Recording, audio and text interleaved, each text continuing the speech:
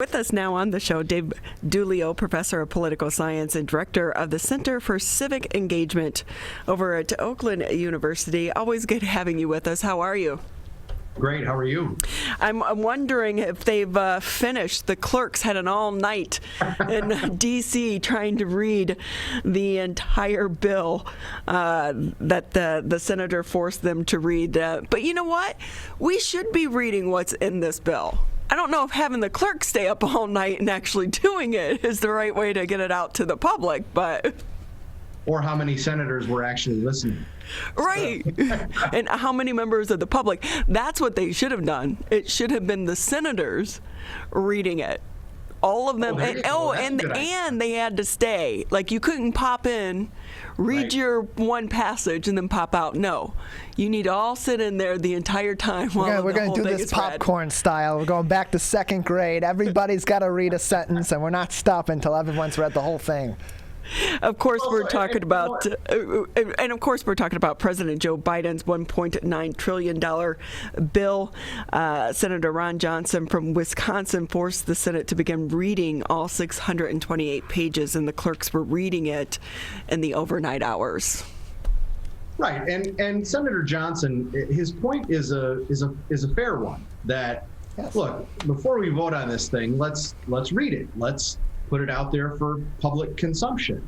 The fact that it happened overnight sort of stands in the way of that. But his point was simply that this is being billed as a COVID-19 relief bill, but there's a lot more in it than you might think. It's more than the $1,400 checks that are going to go out to most Americans. It's more than the extended unemployment benefits. It's more than the stuff that's in there for schools and small businesses. There is a lot more in there. So he wanted to have that put into the record. But it really amounts to nothing more than I won't call it it's not a trick, but it's sort of just a procedural hurdle that is normally bypassed.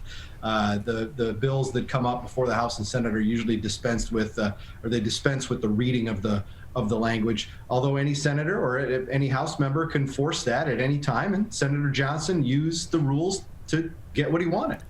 Well, and it got him a headline, and that's what he wanted. But on the backside of this as well, as we're talking about, we have to remember this is taxpayer money.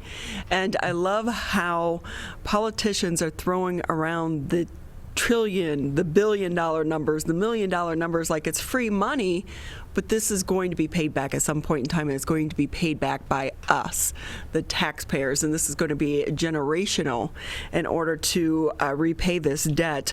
And so I think he did get what he wanted, and that was that discussion. Yes, and you're seeing it happen a bit more in the press, where the contents of this bill are being brought up more, and I would probably say most importantly those that one could argue over whether or not it's really COVID relief or whether it's another agenda item. And we've seen that in some of the previous bills as well that passed. The one was over 5,000 pages long. And one night I couldn't sleep, and you start going through it, and it's just crazy, the pork that they are throwing in some of these relief bills. Well, look, this is nothing new. It's right. Also not just a Democratic thing. Democrats do it, Republicans do it, whoever's in the majority, whoever's got the levers of power, they can and do put what some would call unrelated material into another bill. And it's a way of getting something through the process when it otherwise might not. It's a tried and true measure, tried and true tactic of congressional legislating. So we saw Trump came out of hiding to speak at the Conservative Political Action Conference. What do you think? I was kind of surprised. It was overwhelming, I guess, is underwhelming. I expected more from him. Well, I don't think anybody's ever said that. Put those two words close together in Donald Trump's time in politics: underwhelming and Trump. I don't think those ever go together, right? Right. But I'm glad you went out on that limb and did it, because I would probably agree with you, right? I think the biggest news that came out of that was him saying that he did not think that the Republican Party should split and go and form another party. And you've seen some rumblings of that. Even here in Michigan, there's an individual out there who wants to start a Patriot Party. And he can do that. He can get enough signatures, I would imagine, to get it official status. But where it goes from there is another question. And I think the president, former president, hit the nail on the head when he said, look, if we splinter off, we're handing Democrats power. And he's correct, but that doesn't always mean that that's the course that will be followed. Yeah, I think the next 5 years, it's going to be very interesting to see where the Republican Party goes and how, what are they going to focus their attention on to try to unite and bring people back to the Republican Party. Well, and I think that's the most important political question that we have right now. It's not the most important question for governing. It's not the most important problem that's facing the country. So I don't want the listeners and viewers to get the wrong idea here, what I'm trying to say. But it's from a purely political standpoint, I think it's the most important one that we're going to watch play out, as you say, over years, right? And Republicans have a couple of choices in the way that I look at it anyway, right? They can continue down the Trump path, and there's reasons to do so. He brought many new voters to the Republican Party. Some of them had not voted previously. Some of them used to be Democrats. So he brought people to the party. He got 74 million votes in 2020. Nobody's gotten that many before on the Republican side, right? There's also reasons to go in a different direction. And chief among those is Donald Trump is the biggest boogeyman that Democrats have. And when he is present, it helps Democrats. And you can see that in places like Oakland County, also Kent County, where this sort of suburban slide has occurred for Republicans over the last several election cycles. And it's because people don't, in the last couple cycles, people have rejected Trump. They haven't rejected Republican principles. Now, my evidence for that is simply that you look at John James and his candidacy. In both Oakland and Kent counties, he got more votes than Donald Trump did, which is rare. You don't see it too often where somebody a couple notches down the ballot does better than the presidential candidate. I will say, if you would have told me 10 years ago that Oakland County would start to swing Democrat, I would have been like, no way. But there are a lot of factors in that, and I think one being the death of L. Brooks Patterson.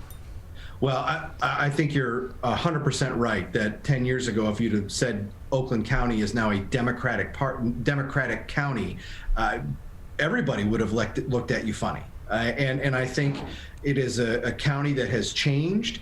It is continuing to change demographically. We've seen it change for the better part of 20 years. That has been part of the shift. I think that what I would call candidate effects or campaign effects are also part of that. And I think you're right to put Brooks Patterson in that bucket. I think that he was a larger than life figure. He was somebody who if there was a party machine in modern times, Brooks Patterson had it. And he used it incredibly effectively. And he also governed effectively. I mean, the successes that he had on the economic front leading the county can't be argued with. There's a lot you could argue with about Brooks Patterson, but his economic track record is not one of them. And the Democratic Party, I think, has taken control of Oakland County, and it's pretty easy to see why. Dave Coulter as county executive. Democrats have a majority on the county commission. Trump lost Oakland County. Biden won it, right? Gary Peters, of course, wins the county. So, and it's more than that. In 2020, every countywide seat that was up was won by Democrats, except sheriff. And it's really interesting to contrast that with Macomb County, which has flipped, which is exact opposite trend. Every state, a countywide office, countywide election in Macomb County was won by Republicans, except sheriff. So it's this incredible mirror image. And it used to be that Oakland County was this rock-ribbed Republican area, and Macomb County, our neighbors to the east, were home of the Reagan Democrats. It was a Democratic county, blue-collar county, and now it's just the opposite.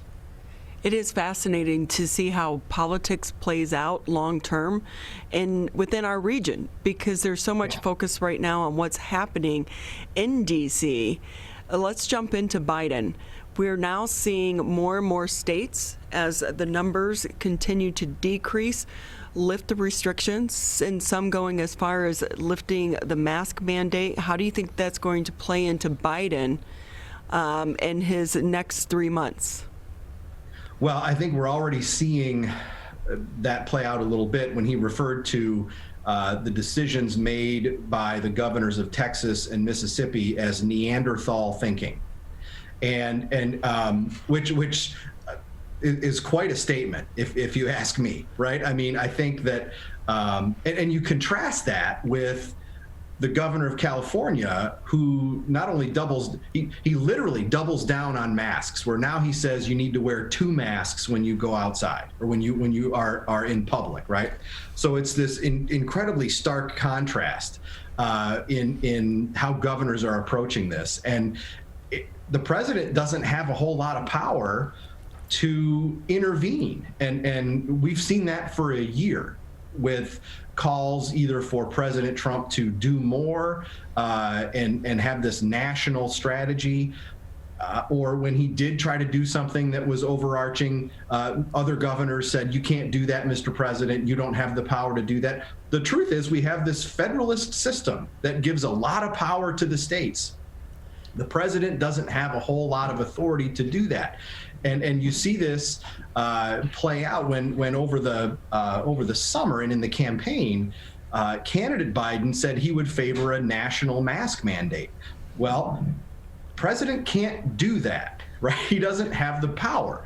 And what we saw when he came into office, right, was that he said there's a mandate when you're on federal land, when you're on federal property, which is as far as his power goes. It is far, however, from a national mask mandate. With that, we have to talk about Governor Whitmer and her decision to give the payout to Gordon.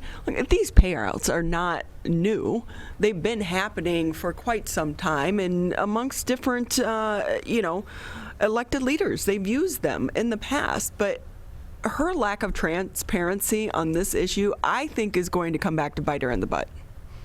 Well, this one seems problematic, right? I mean, I don't know what is in those agreements. Nobody does, except for a few in Lansing, right? But it's the optics of it that pose the problem.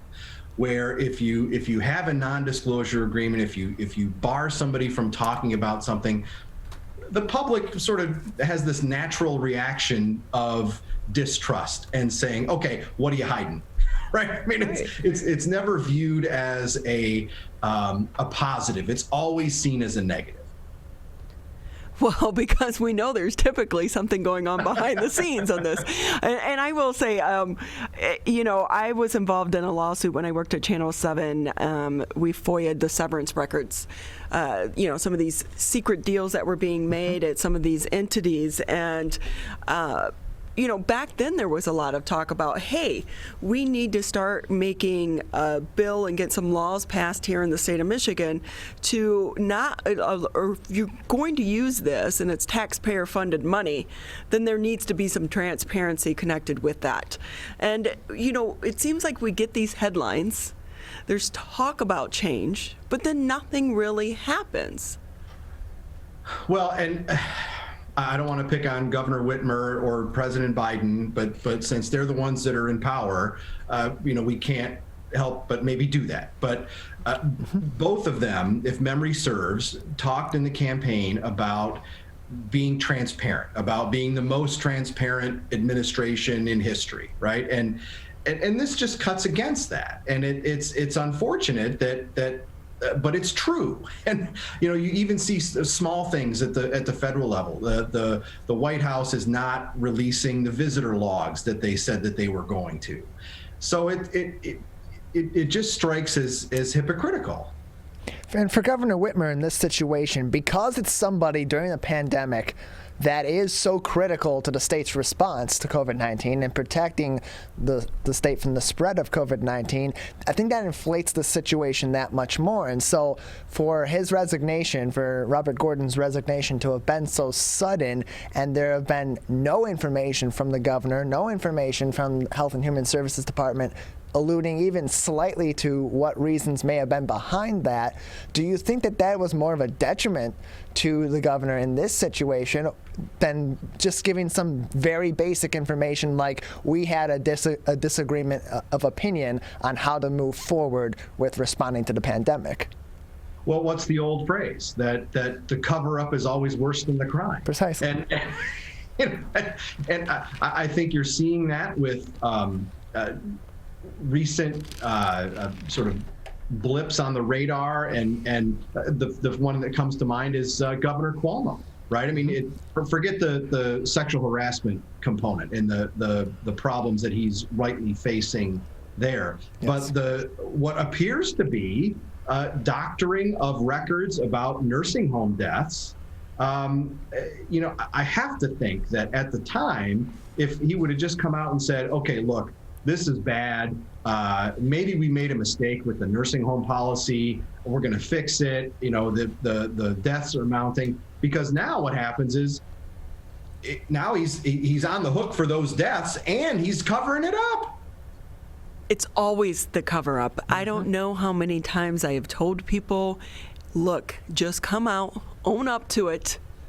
And look, we've seen it with Chief Craig with the Detroit Police Department, where he's came out himself and announced issues within the department. And as reporters, we're all looking like, did you know about this? Like, because a lot of times what will happen is one reporter will know about it, put a FOIA in or make a call, and then they go, okay, it's going to be out. Let's just come clean. But no, there are times that he lays it out. And you know what? You earn respect when you do that. Absolutely. And the other thing is, honestly, it's like elected officials think that they've got some kind of Teflon or superpower, or that, well, I'm going to be different. They're not going to find out when I do it. Right? Journalists like you guys, you always find out. It comes out. Just own up to it.